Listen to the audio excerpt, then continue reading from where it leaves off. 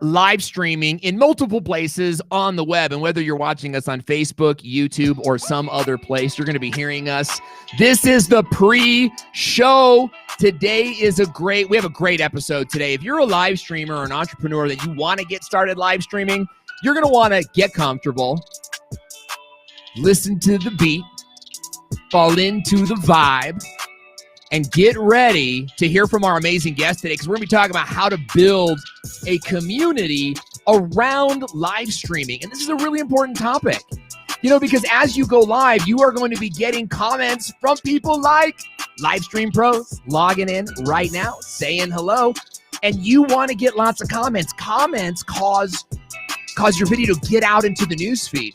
Chris P. Giles logging in. My man, thank you for taking a break from making those dollar bills to come over and say hello to us. Chris Giles is a live streamer. He's excellent at what he does. He was our guest last week, and this week's show is going to be great. We're going to get started in just a minute or two here.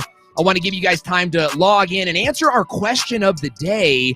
How do you get comments and shares on your live streams? That's our question today, is how do you get comments and shares from your live stream? Answer us in the comment section below. We would love to hear from you. Want to say what's up to Jason Rodriguez. I miss you, buddy. Where have you been? Where have you been? I miss you. I missed the countdown timer that I had up a short while ago, and I've lost it. I've clicked off of it, and I don't know how to find it again. But I will find it out. I will find out soon, because we have got a big show for you today. Daniel Chang logging in. Great to see you. Lead with Jim is here. Humanity. Guys, how do you get comments and shares on your live stream? I'd love to hear from you. Do you ask for them? Do you just kind of wait for them to come in and hope it all works out? Let me know, because today we're going to be talking about how to build community with live streaming. And I think that we are ready to go. Carlos, are you ready to go? Ready. I'm ready to go. Chris Strub is logging in. Chris Strub, by the way, who is going to be making his appearance on The Bachelorette, or is it The Bachelor? I'm not sure what the show is called, but he's going to be on one of those shows, and we're super stoked for you, man. As you know, I got my start on Judge Judy, which I hope your experience is better than mine. Is all I got to say. And by the way, guys, Facebook user, good to have you here. Human City Junction is logging in. Thanks for being here for the first time. We are glad to have you here. I'd love to know, how do you guys get comments on your live streams? Let me know in the comment area below. We're going to start the show right now. We've got a great show today. And if you ever want to see that episode of me on Judge Judy, just search Owen Video on Judge Judy, and you'll find it. Okay, Carlos, are you ready to go? Ready. All right, let me get my sound effects up, because I start with a sound effect. Okay. And in 5, 4, 3. Today, we're going to be talking about how to grow community around your live stream. So whether you go live once a week, once a month, or every single day, your goal should be to get a community of engaged users. But what does that mean? What does that even look like? And can you do that as a business owner, an entrepreneur, a dentist, a plumber? Is it even possible for you? Our guest today and I are going deep into that topic. Luria Petrucci from Live Streaming Pros joins us today. You don't want to miss this show, and we're going to get started right now. You're watching Stream Like You Mean It. You're watching Stream Like You Mean It, where entrepreneurs and video creators like you learn to create more effective and engaging live stream shows. Make it hot. This show is hosted by Owen Video and powered by Restream. We're live every Monday at 12 p.m. Pacific Standard Time, multi-streaming on Facebook, YouTube, LinkedIn, and more. Now, here's your host, Owen Video.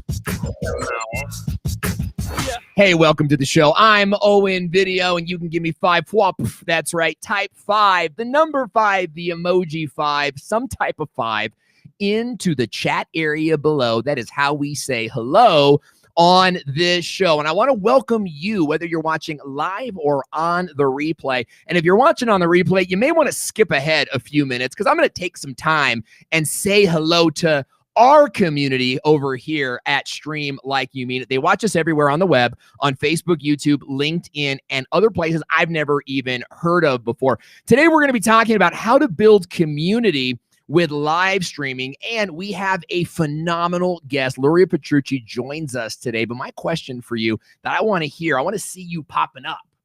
I want you to pop up right here, like Savvy Turtle. Nasira, Brendan Sparks is here. Did I see my boy Drost Video is here?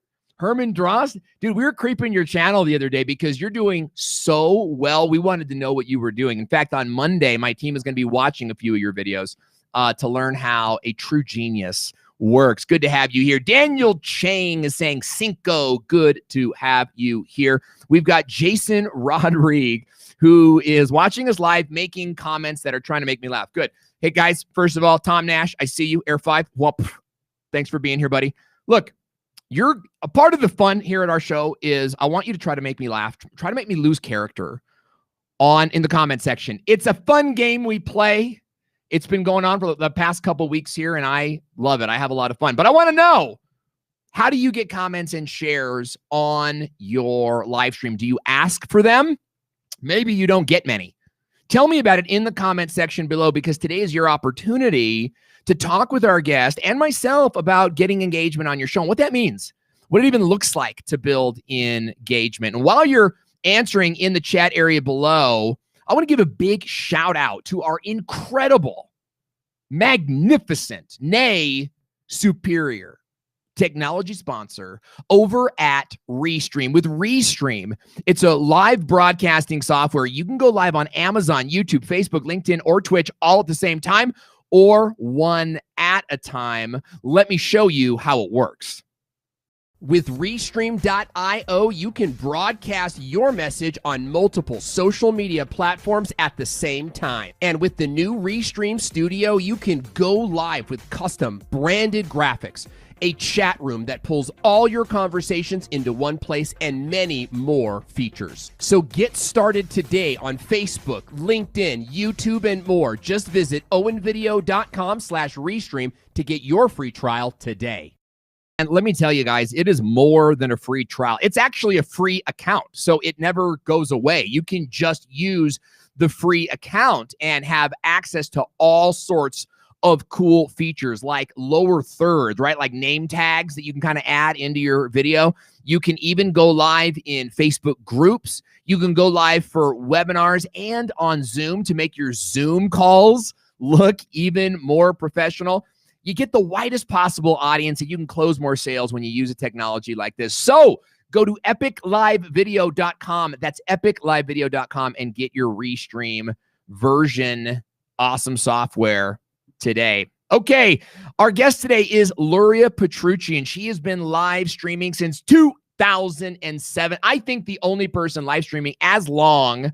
Maybe I've been streaming a little bit longer, but we'll get into that today. We're going to duke it out because she is one of the leaders in the space. In fact, when I got into this space, I began to follow her and watch her. Through that, we became friends. We have traveled the country together at various conferences, and she has built a multi-six-figure business working with Panasonic, Samsung, GoDaddy, AT&T, and some of the biggest names in the business: Michael Hyatt, Pat Flynn, Mari Smith.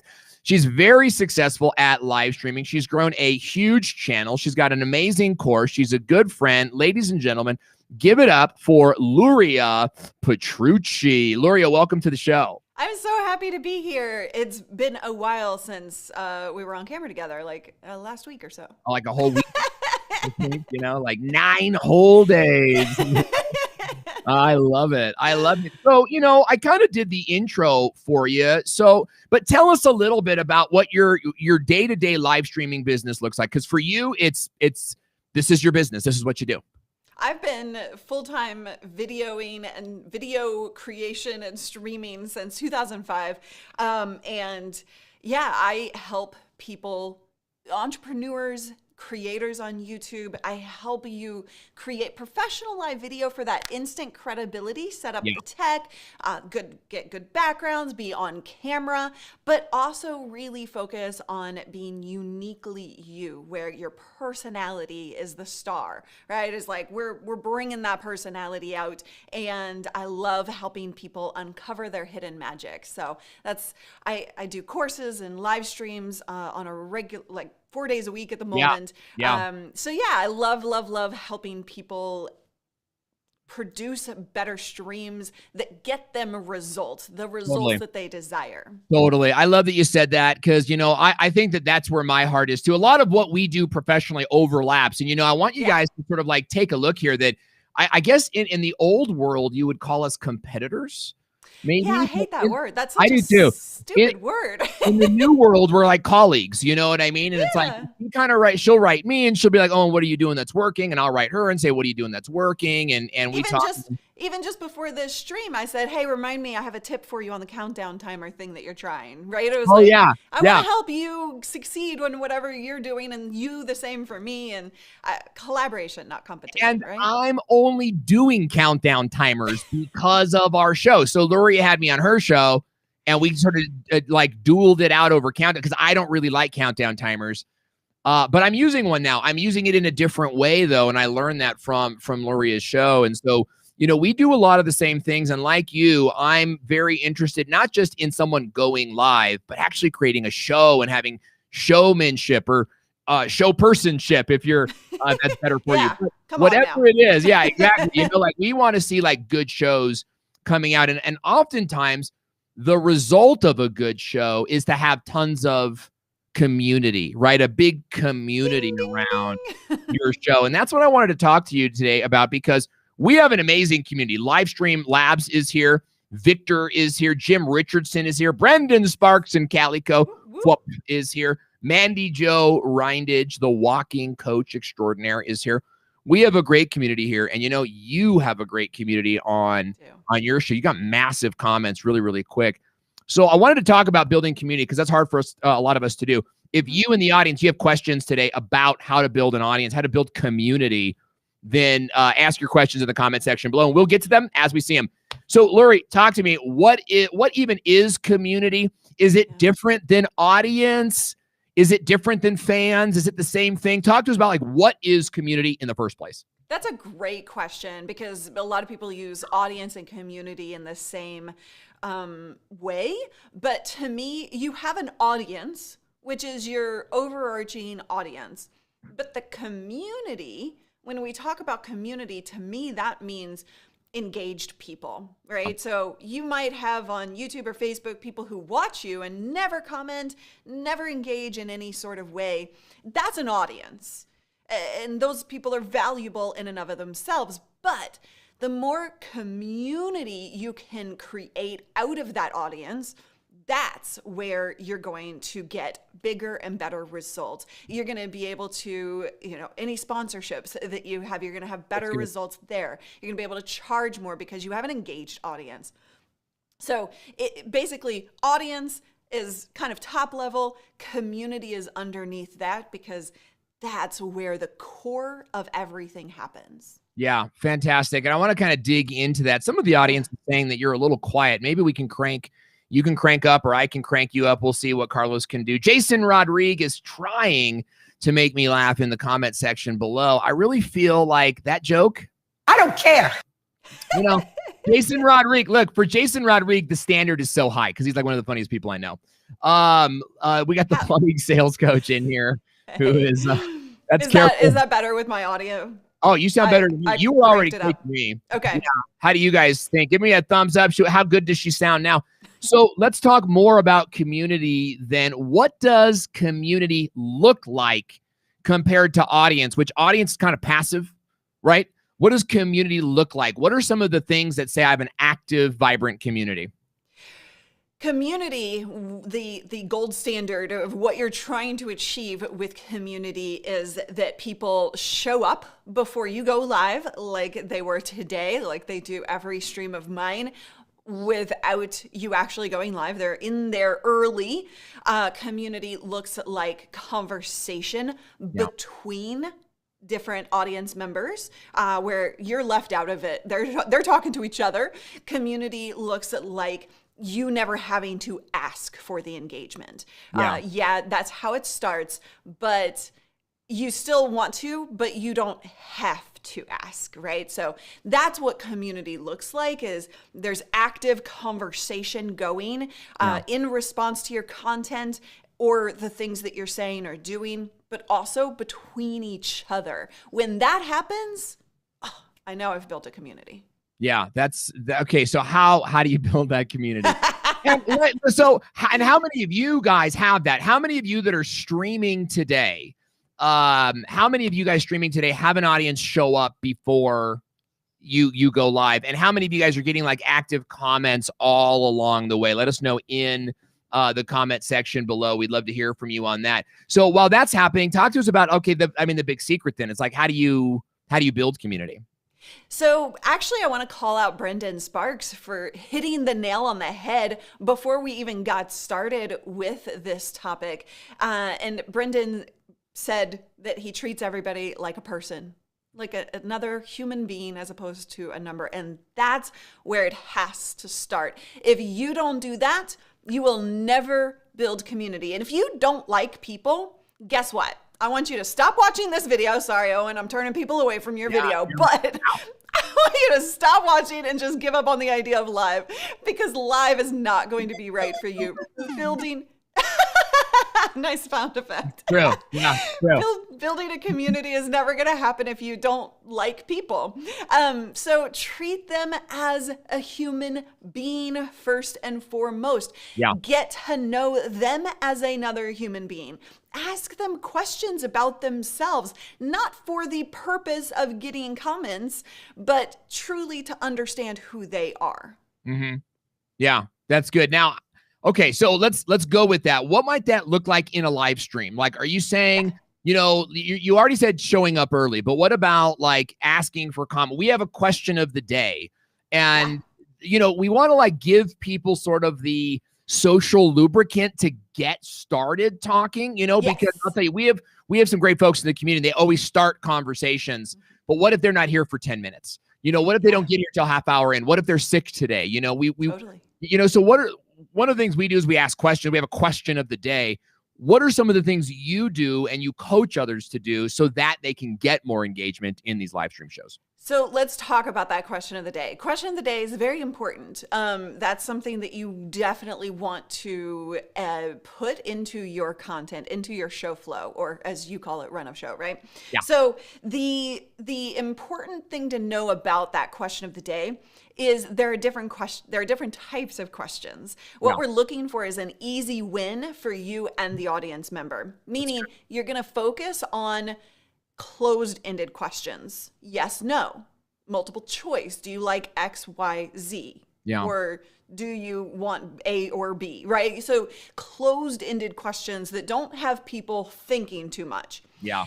Then once you get them started in that engagement, people are shy. And that's what you have to realize.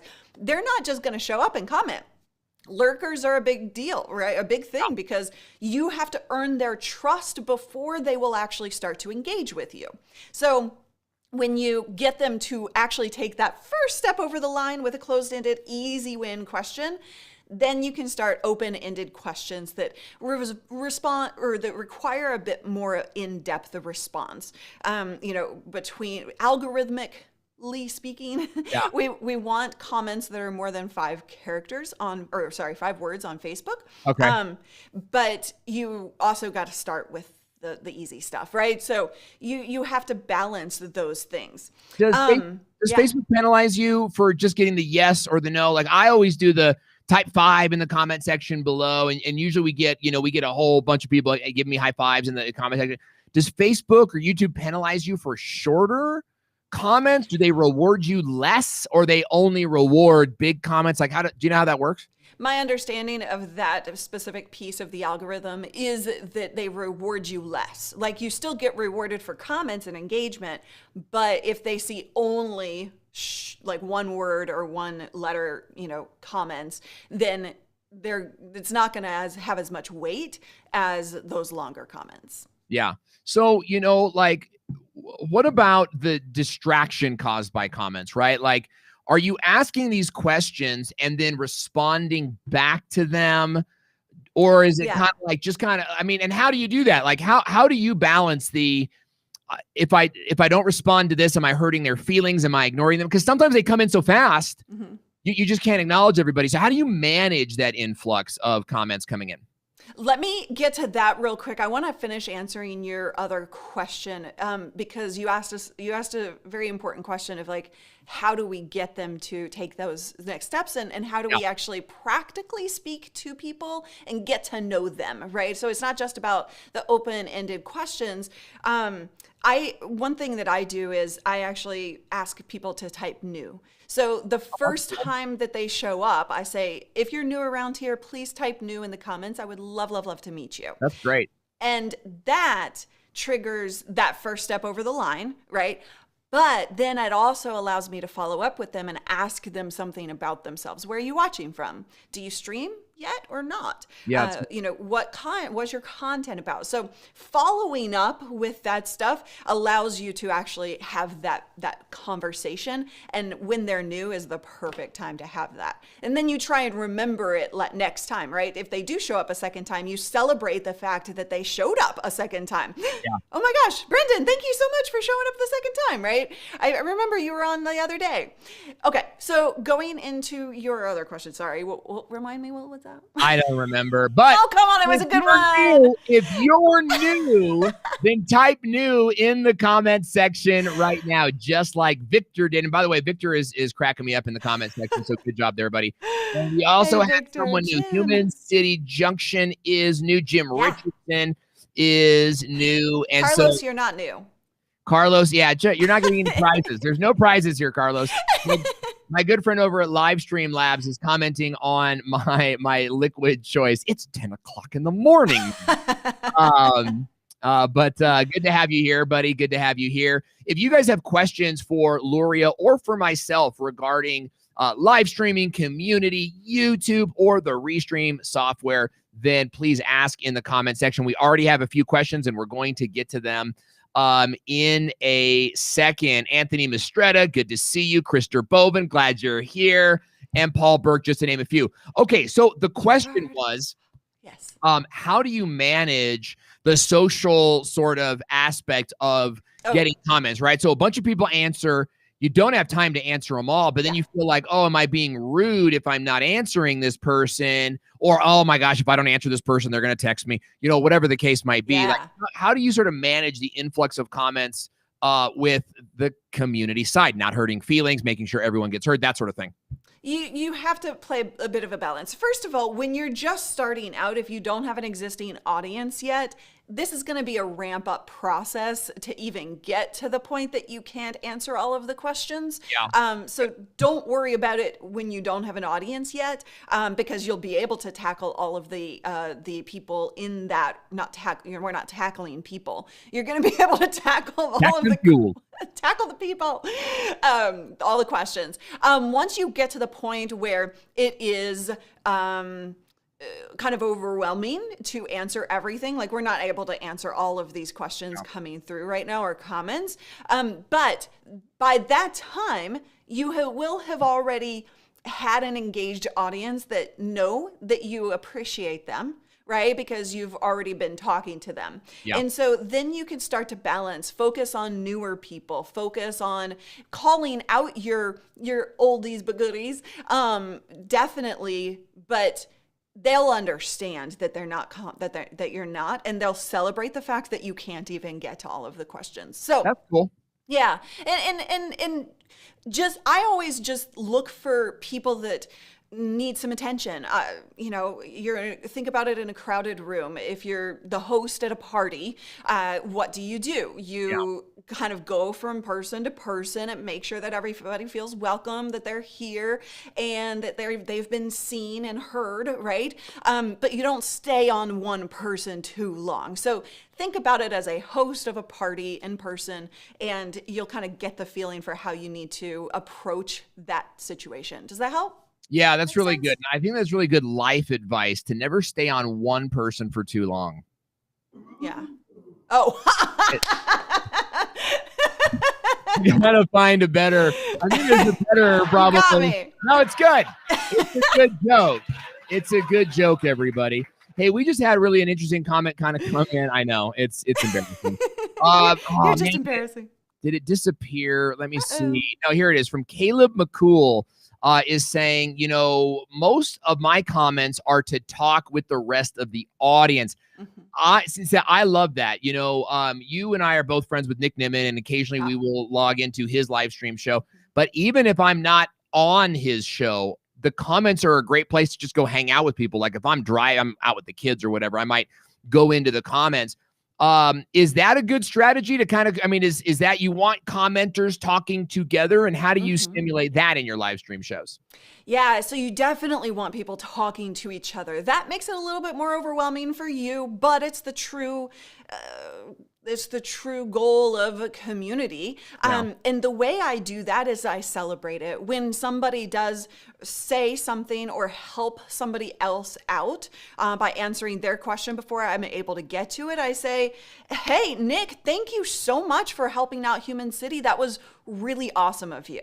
That encourages more of it because people like to be called out. People like special shout outs, right? Yeah. They like to be seen and heard. If you understand that about the human being brain, the way we innately work, then you will be able to thrive when it comes to engagement. I connect people as well. So the other day somebody was saying something about dyeing her hair because she had gray in it. And I was like, oh no, you need to go watch Kat Mulvihill's video, because she talks about going gray early, right? And that process and embracing it. And so connecting those people anytime you know something about one of your community members, which is also why you want to get to know them.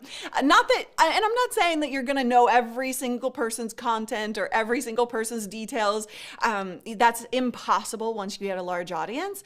Yeah. But, when somebody makes themselves valuable within the community, I make it a point to get to know who they are as much as possible. Yeah. I'll tell you, I love connecting people. Like in this chat area right now, Nick Wood and Krister Bovin are talking, and Nick Wood came on to Chris's show or was in the comments there, and they're supporting each other. Yeah. And I love to say, in fact, my wife said to me the other day, because she's my business partner, she goes, I love watching our clients sort of talk to each other and support each other in the news feeds. Like it's just on their public profiles and stuff. And I love seeing it. She's like, watching your kids get along is kind of the thing, watching your puppies play in the front yard, you know what I mean? Together. Totally. And that's really cool. TBF is saying, yo, mate, was telling my bro about your cancer story because he feels low and needs some motivation. I am so glad to hear that my story could possibly be used to lift someone up. And I'll tell you, there is, I struggle with depression, I think same as maybe the average type A entrepreneur. And it's big. And I'll tell you, being motivated and having people like you that are willing to have those tough conversations is very valuable. So thanks for doing that. And feel free to share my story even more. And then can we dive into that? Because that's also how you create engagement and community, is you share you with the audience. And they become community because we're tapping into that uniquely you self, right? Your personality, your story, your things that make you special. Yeah. And for you, that's a big part of your story and what makes you you. It's what drives decisions. It's what drives you working to do the work that you do. So the fact that you share those things, most people say, I was speaking in London at Chris Ducker's Youpreneur Summit. Yeah. And I was talking about, adding your personality to your content. Somebody came up to me in the hallways afterwards, and she was like, nobody cares. Like, nobody cares that I have different aspects of me. Nobody cares that I'm a mother, a runner. Yeah. I'm a business owner. My content is about my business. So that's the only thing they care about, right? Yeah. I'm like, no, you're wrong. You're very, very wrong right now. And so we need to get good at allowing people to understand who we are as a person and get vulnerable with them. That is going to completely change your results. Allowing yourself to acknowledge your flaws with your audience, right? Things like that you perceive as flaws. We all think we have flaws that our audience thinks are strengths. And so tapping into that, acknowledging it, being vulnerable with your audience. It's what I do in my LEDA challenge live every day in April, where I encourage people to get vulnerable and go deep and then translate that to their audience. And that makes such a massive difference. So I think that's really, really huge. Listen to me. And I want to, the reason that we use Judge Judy sound effects, by the way, folks. You're getting more tragic by the moment. I mean, I've got more of these, right? I don't give a rat's behind what you feel. So here, the reason we use Judge Judy sound effects, because I got my handed to me on Judge Judy. Now that horrible, tragic, embarrassing incident led to my YouTube career. And so you get beauty from ashes, but we share that story. Now, the flip side is that I'm a pretty public person. I remember in like 2006, when I think it was Friendster and MySpace were really kind of taking over the culture. And I made a decision then that I would be me online, that I wasn't going to be like, I don't know, just anonymous, making snarky comments. Like if I did something that wasn't worthy of my family name, people would know it was me, and that would keep me sort of accountable. And I've always really done that, What do you say to someone who is not as public as I am? And there's nothing wrong with that. I tell that my whole cancer story. I've told the story of my wife and I miscarrying when we first had when we first got married. Not everybody wants to share those things. So how do you know what to share and what not to share? And what do you say? What do you say to somebody who is maybe a little bit more reserved before they, reserved in sharing personal information like that?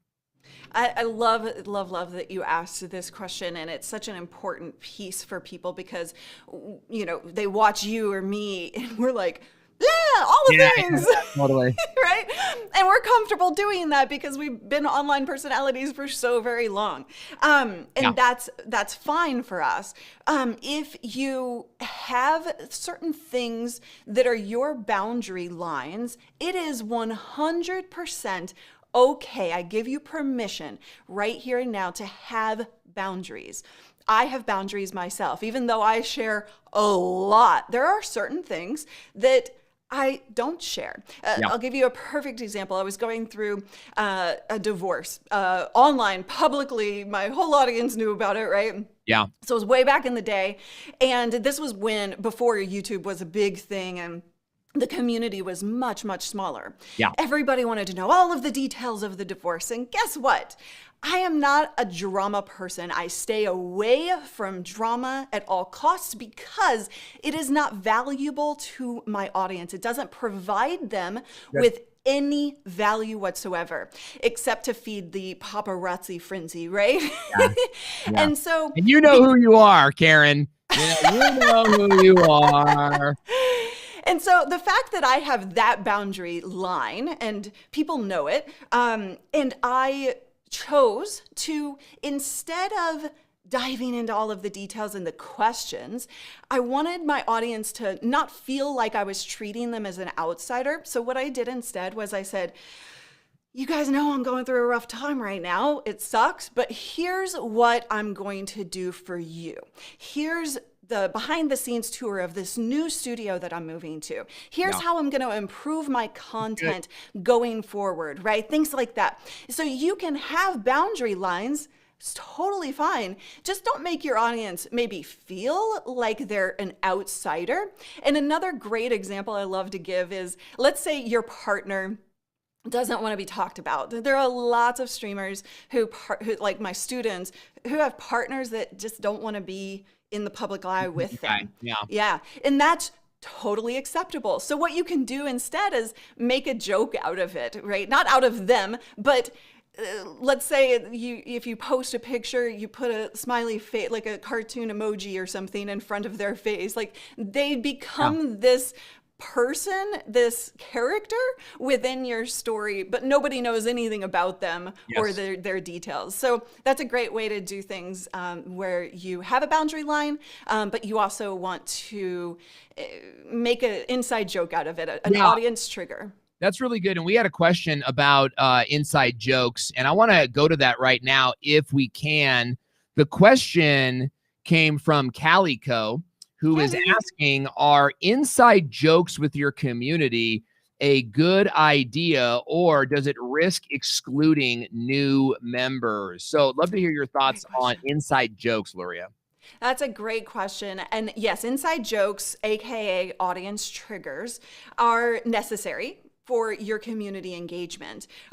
What you want to avoid doing is making people feel like an outsider when they just joined and they don't understand it. So you can kind of do the inside jokes, but you can also explain the inside jokes. You know, like if you're new around here, by the way, banana doesn't mean banana. Like it means this, you know, like, so you can have fun with the inside jokes, include newbies in the process, and then they're welcome. Or your community does that for you, right? So that's also an option. Yeah, that's huge, you know, and what we do with our Air 5, for example, you know, like I actually found myself doing that a couple of times. It's right, because it's like you want to give someone a high five, like, oh, that was great, you know, and you realize, so me and my buddy, we used to be in this like home Bible group, and we would be kind of these, you know, smart Alex, you know what I mean? No, like, hey, buddy, you know, it's like, you know what I mean? Like, I drinking wine, you know, and like whoop from across the room. And this is a great guy. This is a guy who like went through cancer with me and also knocked my front teeth out, you know, when we were young. That was like 5 years ago, so it wasn't that young, folks. But you know, we say, hey, give me an Air 5. That's how we say hello on the show. We explain the inside joke, you know, as we go. But I also saw someone in the audience talking that said, hey, don't forget to add the Q in front of your message. And you know, that's not necessarily an inside joke, but it's kind of the way we manage questions here is like type of Q. So when we see the audience, I don't have to take time out of the show and be like, hey guys, please put a Q. First of all, we'll probably find your question, but the audience will. Somebody will say, hey, add a Q, or hey, that you might get answered if you. I even had a situation one time where we were talking about how we had like 100 live viewers. And I was like, we have 100 live viewers. And someone on YouTube was like, you're a liar. You only have 30 and you're lying. And why is this guy lying? And I decided not to answer that. But someone in the community says, hey, he's multi-streaming, right? He's on Facebook, he's on YouTube, he's on LinkedIn. You're only seeing the YouTube numbers. And then I don't have to fight anybody, you know? So totally. I think inside jokes are a great way to get your community kind of like to act like a community. And you all kind of like clean house together, you know? Yeah, sort of for sure. And I think that's something that I do as well, is with the Q, put the Q in front of the question. And instead of just relying on the community to fill in those details, I'll also make it a thing. You have to train your audience to do the things that you need them to do. And part of that is the rules you have within your community to get more engagement. And so every Friday when I do open Q&A, I'll say there are three rules to this. 1, put a Q in front of your question. 2, don't ask the same question twice. 3, super chats take priority. So if you want to jump ahead to the top of the queue, then go ahead and super chat, right? Things like that. So like it's the same thing that I say every single time. Yeah. And so training your audience, that sounds maybe it bad, sounds weird, but it's the thing. It really is like conditioning your audience. They all sound evil, guys. I know. There's no good way to say it, but it's true. It's about it, but that's what community is, right? Like if you guys haven't read Primal Branding. Primal branding. Yeah. Primal branding is great because he talks about rituals.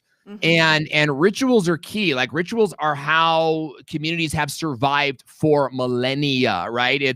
It's like we go to the Elks Lodge and we sing the Elks song, and then we lock hands with our elks and we say the elk oath and those types of things. And so, but you are the one that has to do that on your show. Like you can't wait for your audience to set the precedent. Like you got to say, hey, on this show, first we sing the song, and then we do the dance, and then we play the bumper, and you create that and you evolve it over time.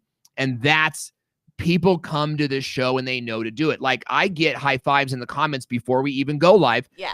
And I get like random DMs that are just like fives. And or people come up to me at the conferences and they'll be like air five, Yeah. It's great. So great questions coming in. Speaking of super chats, we had Ahmad Jeff, I think, asked us this question. Owen advised, by the way, Ahmad signed is doing very well with brand deals right now. And that's one of our specialties. If you guys want help getting brand deals, then be sure to reach me, Owen@thevideospot.net. Let's chat about it. But Ahmad is asking, Owen advised that I start an email database and send out newsletters that I write and design. What is the technical part of it and how effective is it? I'm going to answer that, and then I'm going to ask Luria. What I want you to do, Ahmed, is go and start an account over at Active Campaign. Okay. And you can get that link by going inside of the Video Marketing School, clicking on resources, and then just setting up your account with Active Campaign. Now, there are free accounts, but they're limited. You can get like a free account from MailChimp. You can get a free account from GetResponse, but they're very limited, and you're going to run into those limitations pretty fast. Once you set up your email campaign, you are practically good to go. Now what you need to do is set up a landing page that you can send people to. And from Active Campaign, you can do that right inside the software by creating a form. So you create a form, you name, email, and that's it. That's all you need from people. And you'll add like, hey, put your name and email here to get my free guide or whatever the case might be. Name, email, connect it to an Active Campaign list that you'll create, like YouTube list or whatever the case might be. And boom, you've got an email list. I think that there are better ways to do it. Don't get me wrong. Like I would actually recommend you get ClickFunnels and set up a landing page there and then have like a follow-up email campaign and all this stuff with Active Campaign. We can get complicated, but you ask the easiest way to do the technical part. Get Active Campaign, and then set up that form, connect it to a list. Boom, you're ready to send that link out and start getting leads from your system. Luria, what about you? I know that you have an email list and you've been doing this for a long time. How do you recommend to people to get their email list started? I think you covered it very clearly and well. I think you covered all the bases there. But I use Active Campaign myself, and just get started with a super simple lead magnet and something that people want from you. And sometimes it takes a little experimentation to figure that out and asking the right questions, but that's where you got to start. So it's just like going live though, right? Like it is. Luria was in the back end of the show before we even went live, and she was watching us practice and I, kind of, because, she's a colleague. And so I'm like, it might seem like we're, but, we're constantly evolving the show. We're looking at our data, for example, after the show, Carlos and I look at data before we talk about the show. And then we talk about the show when we make changes, and those changes are implemented by Friday. If they don't get done, they get done on Monday before the show. But your email list, like your offers and what gets engagement, all of those things, it's a trial and error process. Like try this for 3 shows in a row, and then try something else for 3 shows in a row, and then compare the two, like which did better, this one or this one, and then let that help you inspire future decisions. Now, Luria, you had another point you wanted to bring up that makes a big difference in building community. Share with us what that is. Invite people behind the scenes and allow them to be invested in your progress, invested in the decisions that you make around your content, invested in the growth of your channel, right? So what you want to do is not hold back all of the information. You want to, so many people struggle with this, but actually do behind the scenes content, or what I call live streams. Simple phone streams from your phone that are raw, no fancy stuff, right? And connect, talk about the things that you're thinking about doing, and ask for their feedback, ask for their involvement in decisions. Not that they have to make all of your decisions for you. That's not what we're doing here. You get to make your own decisions, but you want to involve them in that process. Do polls, do live streams, like I said, and just really encourage the voyeurism to appear, to be there a thing, right? Voyeurism. It's a thing. I mean, it has a bad negative connotation, but it means what it means. It is. Like, people love, okay. Answer me this in the comments. Yes or no? When you drive by neighborhoods at night, do you look inside the windows? Wow. That is a revealing question. Do you look in, like, their lights on? I do. It reminds me of Friends, how they've got the naked guy across the street, and they're all kind of like there, watching. Yes. So there is a sense, or like, how about like an accident on the freeway? Yes, totally, right? Okay, we have some no's in here. One no. Okay, everybody else is yes. Caleb, I think you're lying to yourself. But that's the thing, is people love to see behind the scenes. They love to they love to see the things that they're not supposed to see. And so again, we're tapping into the way humans naturally work, and not in a manipulative way or a gross way, but in a positive, supportive way that helps them get what they want and gets you a community that's engaged. Yeah, that's interesting. I've got an ad going out on the web right now where I'm in my wife's bathing suit. I saw that. So, and all of that is to kind of like, what the heck is going on? Yeah. It's got a funny sort of connection. Like, we connect it to YouTube, and I think it's kind of clever. But I like what Daniel is saying. He's like, I probably don't want to see that anyway. That's pretty funny. Because I know, like, Carlos is saying, I have to close my blinds now. I do too. We just moved, and the house across from us, like, it's window to window. Oh, their lights are on. That's why I'm gonna get Alexa blinds. Ed Weinberg is saying, can you see my name? Yes, Ed, it looks like we figured out your name. It's good to see. If your name doesn't pop up in the chat room, guys, you have to turn on your privacy stuff, or turn it off or something. Yeah. Okay, next question is from Mandy Jo Reindage, who is the walking coach. And she says, do you go back to your live streams afterwards and chop the timer section off for the replay? Luria, your thoughts on that? I do. Yes, absolutely. I have no interest. So my interest in doing a countdown timer, when you could watch the video that Owen and I did on this topic in depth, but my interest is in providing a really awesome live experience and creating a very awesome replay experience. So the countdown timer literally does you zero good. It will drive down results rather than up for the replay viewers. So trim that off. Now, the thing that you have to realize is, on Facebook, you don't lose any comments. On YouTube, if you're going to trim anything or edit that video in any way, your live comments will go away. I have chosen all of them. Like all of them. Wow. Yeah, the whole chat replay goes away. Wow. So hopefully they'll fix that, but that is something to consider. And you chop yours off and you lose the comments, or you lose the live comment. I choose to lose the live comments because of that, because of how valuable the countdown timer is for me and my streams and that experience. But that's amazing, because you do get, I do notice that you get 1,000 to 2,000 views maybe about a week or so after the live stream. I mean, maybe not even a week. Maybe it's only a couple days. And I think those are great numbers, personally. So that's an interesting call. Like, even me thinking about that now, I'm like, do I really want to do that? And I'm just not sure. But you're keeping it really short, like 30 seconds. You're playing with 3 minutes, like you've done a minute. So, a 10-minute that I do is very different for the replay than 30 seconds or something. Yeah. Yeah. And that's because, we're new we haven't trained the audience for a replay yet, but I do love, like, we had 26 people on, I think, by the time the pre-show was over. And then the show's gotten up to about 60 live viewers today. So yeah, it's a good show for us, right? It's a successful show. And we're happy with that. We are grateful to companies like Restream that make it all possible. And if you want to use Restream for your streams, go to epiclivevideo.com and get your free account today. I'm Draw a brand ambassador for them as well. I love Restream. Really? Yeah. In the house, baby. Boom. In the house.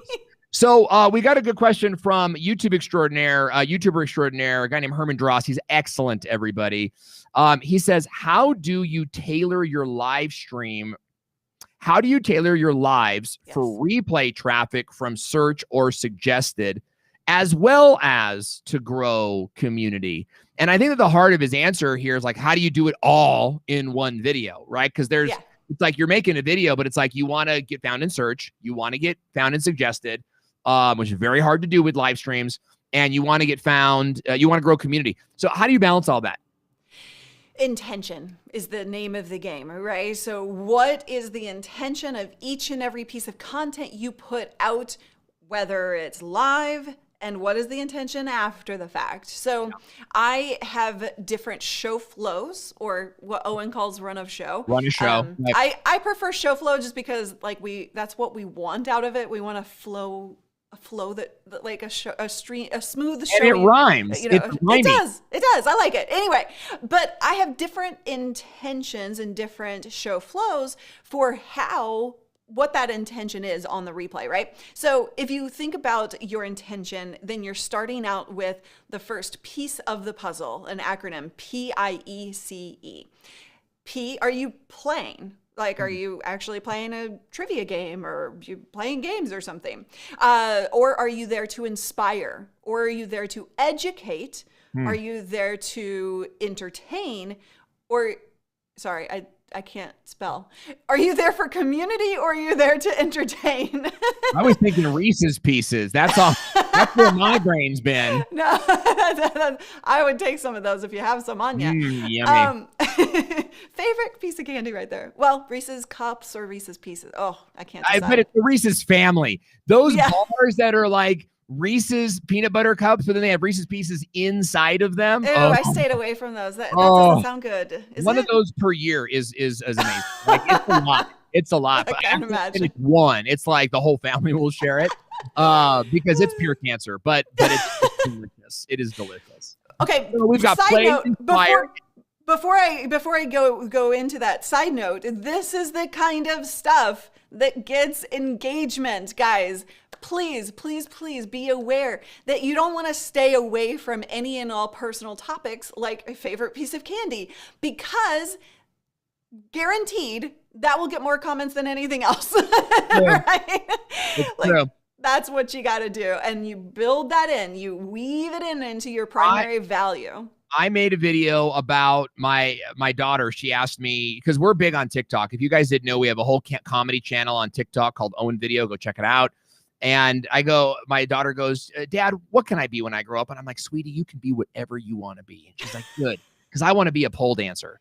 And then the joke kind of builds from there. But so I talked about that on a show, and pole dancing became the joke in the comments, and it just got more and more fun. It was so fun. And everybody was classy about it. Like, keep in mind, where's my daughter who we're speaking about, but everybody was classy about it. But that's what ran the show, was now this kind of recurring joke about, and in fact, it was in that show that we sort of started the inside joke of make me laugh in the comments. Like, I love it when you guys make me laugh in the comments. And I, like, half the time I'm cracking up and I'm trying to be professional for my guest. That is a fun part of the show. So it's like, be aware of what goes off. So you said pieces, play, inspire, educate, community, and then there's entertain.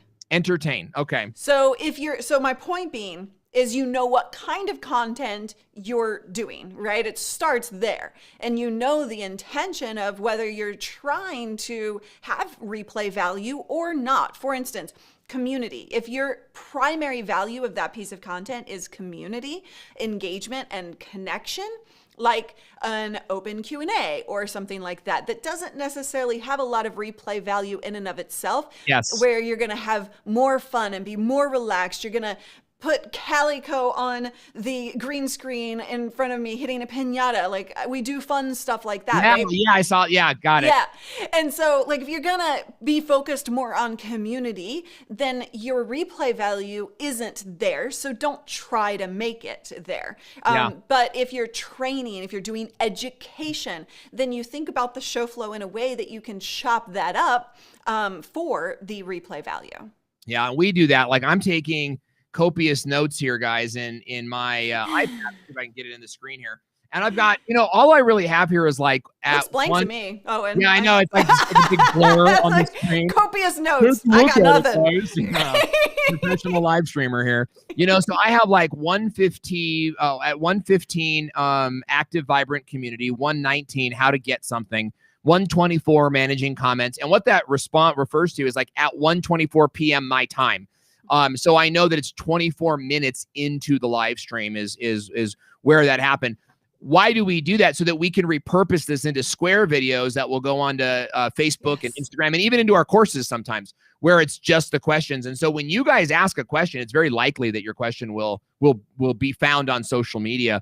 In fact, we just hired another editor to get that done for us. So, think about how you're going to reuse the thing at the end of the day. We've only got a few minutes left, but I do want to kind of like maybe we could like hustle out some of these questions. Yeah. But first, I'm gonna ask my question. What about like the suggested algorithm? Like, I mean, are you trying to get found in search? Are you trying? Or this?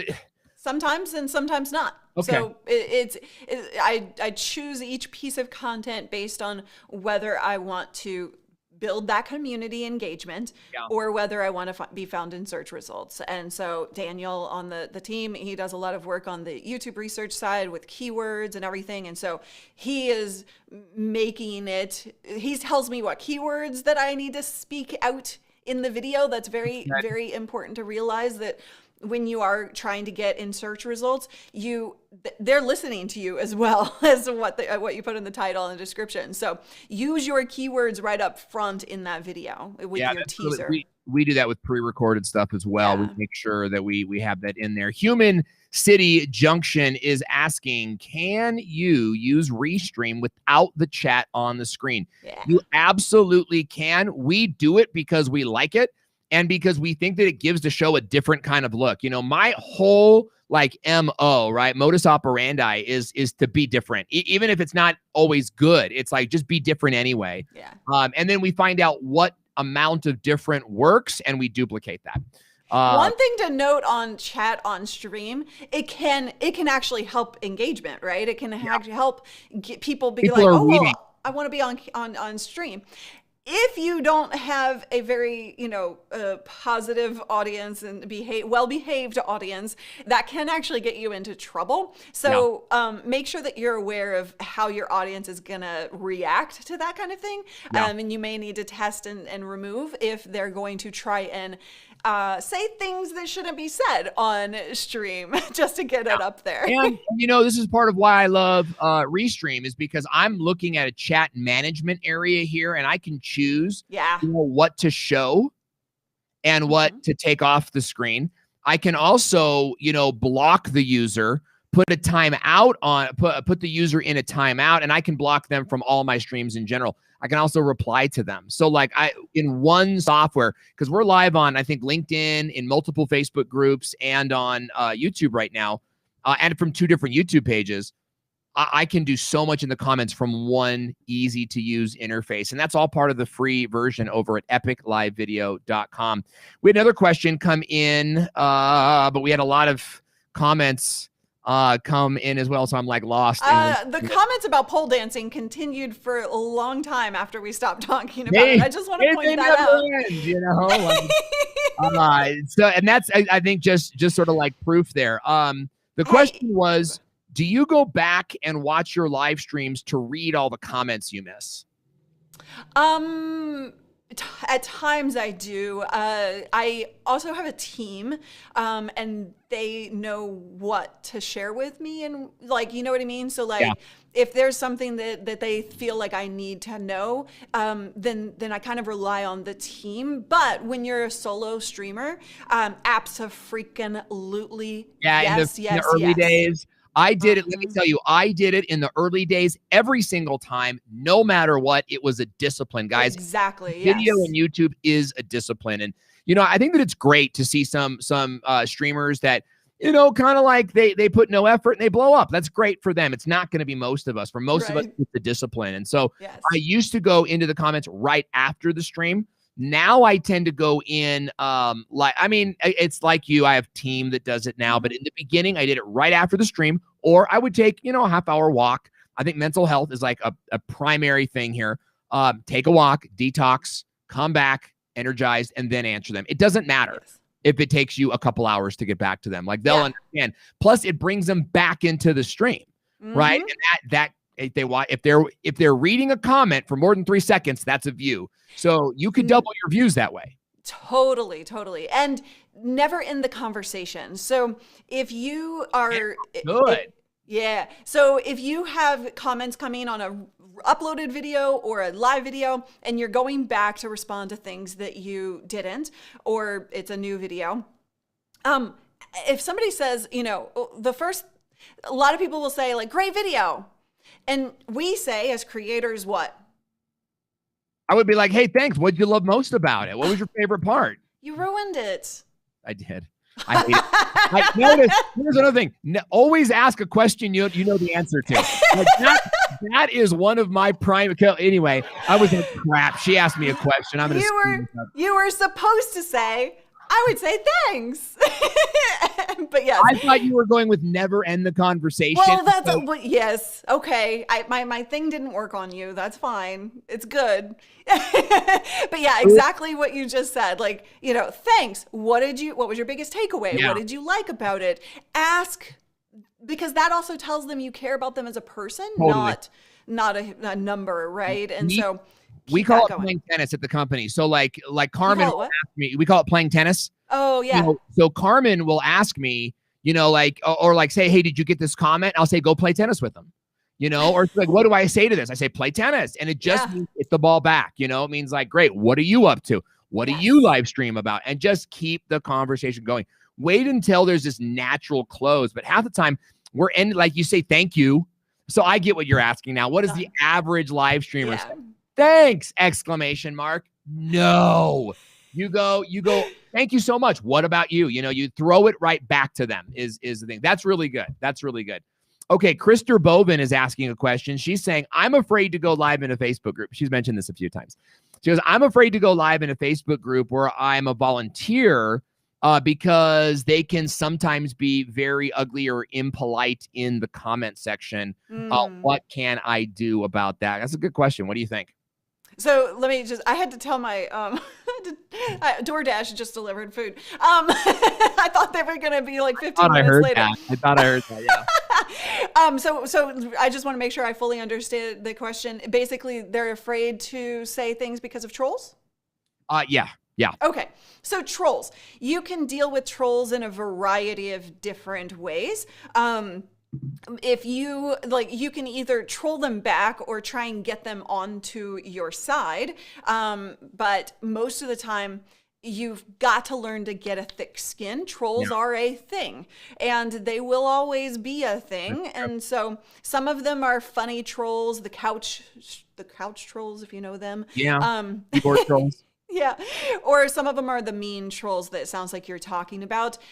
So if you have the power to block them and get them out of there, do so. If you don't, and you're just in a community of others, then ignore. Ignoring is the name of the game when it comes to trolls, because all that trolls want is attention. Yeah, it's true. And they want to derail you. I think that's like a big thing, is their whole thing is to derail. So on top of developing thick skin, Chris, it also comes with Jade Bear wrote a great book on this called Hug Your Haters. And Yes. so we have a thing where it's like we try to roll the troll, right? And it's like get the troll into like a fan place where they say something and it's like, you kind of pretend they're not being snotty smartasses and you go, hey, great feedback, or I missed that, or hey, thanks for sharing your feedback. And even though I don't agree with your opinion, we're really grateful to have you in our audience, or great to have you in the community. You may want to try to roll the troll, but here's the thing: you only respond twice. You only respond twice. Because if they hit you back with like, no, I don't want to be a fan. You're stupid and you're ugly and your mom's gross. Then your whole thing is okay, but okay, thank you. And that's again high road, only twice. And another thing, you just leave them alone. Yeah. Here's what you're doing. You first of all, you try to roll the troll. You try to turn a troll into a fan. If you can't, your audience sees that's who you are, that you're the high roader. And that will ingratiate them to you. They're going to love you even more. Totally. And go ahead. I was going to I was just going to say, like, that's it. It's so important to, I forgot what I was going to say. Okay, we're going to go to this question here because I hate dead air, but it's good. It's good. Salvi Turtle is saying, I can't leave until I know if Restream is a switch from another company. Look, the company that you're talking about is a good company. But I was using a software before Restream that is better than the company you're using now. And I think Restream is better than that company. So yes, I made the switch from being a very well-paid influencer with another company. I made the switch because the Restream software is superior. It is amazing. It never fails. It's fully reliable. It doesn't mean the software I used to represent sucked. They're a great company, and I wish them so well, and I love their team. I wish all of our colleagues success, and I think there's enough room for everybody. But when it comes to what you should use and what I stand behind firmly, Restream, and you can go check them out at epiclivevideo.com. Paul Burke is asking, would it be helpful to ask people in the chat during lives to leave a comment instead of the chat? They are one in the same, and the comments don't show up on a live stream in YouTube until after the live has ended. Last question. No, we're not asking that. Sorry, we're not asking that. I clicked the wrong one. Anthony Mistretta is asking a great question here. Who says, how quickly can you identify a troll? Luria, what do you think? Are they off topic? Are they trying to be mean? Mean-spirited. If they're mean, if they're, just saying really bad things, if they're cussing up a storm, if they're literally just typing nonsense, or if it feels like they're just trying to derail you, that's a troll. And again, there are multiple types of trolls. But what I was going to say earlier was you're training your audience, right? And so the person before mentioned it was a Facebook group. If you're going live inside of your own Facebook group and people are trolling you, you have not done your job as a creator. I'm going to call you out for it. And maybe it's a different group and you're not the owner, but if you are training your audience to be the type of audience that you want them to be, and that's because you only want people who are going to be well behaved and be awesome community members, right? So identifying trolls is pretty easy if it feels like it catches you off guard, but make sure that you are doing the work that you need to do to make sure that you have an amazing community. Yeah, I think that's absolutely right. And Anthony, that's why we do that two-step. That's why we respond once in kindness to really, because maybe I misunderstood it, That's a good point. And that we just want to give them a chance to kind of be like, oh, thanks, or no, you misunderstood me, or whatever, to kind of figure out if they're a troll. You usually, I would say that most of the time you're going to be correct. If you thought they were a troll, they respond in such a way that it's like, but at least they revealed themselves to you.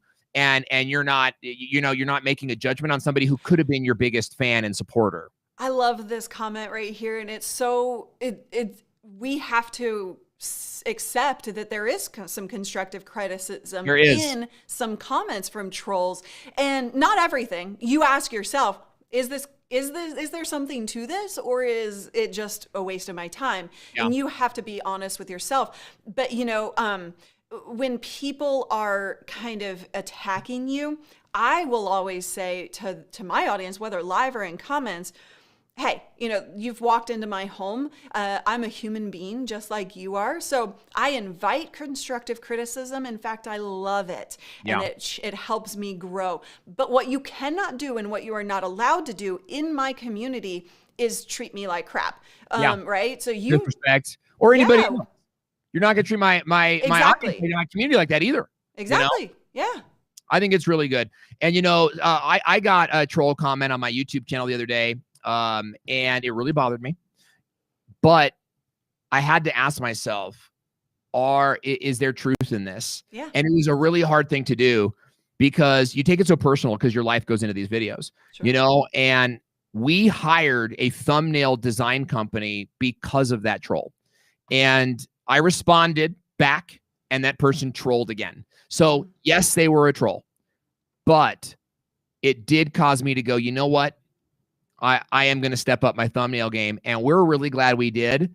Not necessarily because our videos exploded afterwards, because they actually haven't. They're the same, but because I now don't have to do my thumbnails anymore. So that thumbnail, that actually helped me to get to a better business place, which I'm really excited about. I want to say what's up to Tommy Willis, who is Dave Curley's personal troll. He needs one. You stay on that, man. You tell him to call me. Luria, we are already 11 minutes over time. I'm sorry. How do we stay in touch with you and follow you for more great Luria-ness? I would love to hang out with you on my live streams, live streaming pros on Facebook or YouTube. And you can, I would love to see you in the comments there. So come hang out. We'll post those links in the chat area. It's great to be with you all. I am Owen Video, and we will be back again next Monday for another episode of Stream Like You Mean It. Good to have you here, guys. We'll see you next time. You're watching Stream Like You Mean It, where entrepreneurs and video creators like you learn to create more effective and engaging live stream shows. Make it hot. This show is hosted by Owen Video and powered by Restream. We're live every Monday at 12 p.m. Pacific Standard Time, multi-streaming on Facebook, YouTube, LinkedIn, and more.